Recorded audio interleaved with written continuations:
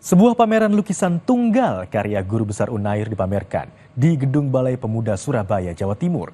Pameran ini merupakan pameran pertama yang digelar menghadirkan lukisan dengan teknik lukis menggunakan lidi.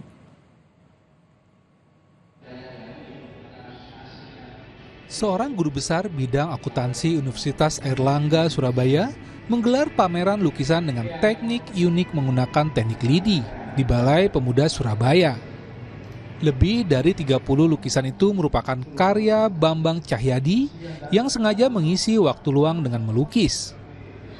Diakui ayah dua anak itu, dirinya sengaja melukis dengan lidi untuk menemukan diferensiasi di dunia seni.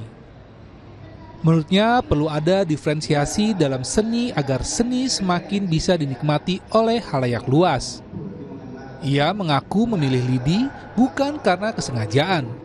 Sebab di tahun 1998 dirinya tak sengaja mencoba lidi untuk digunakan sebagai alat lukis.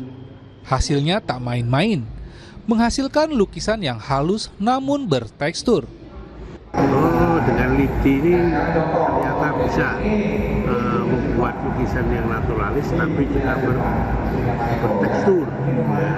Jadi yang seperti sekarang itu, ya, lukisan naturalis, realis tapi punya tekstur. Kemudian dikembangkan. Sampai sekarang itu mungkin gaya saya ya.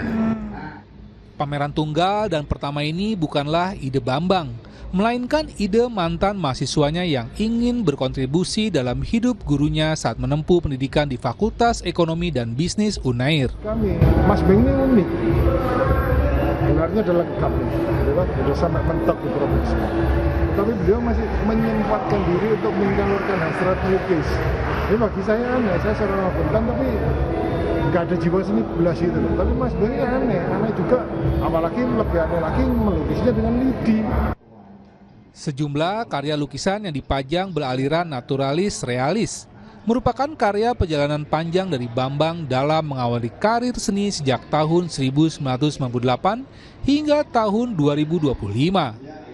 Alfian Rahman, Kompas TV Surabaya, Jawa Timur.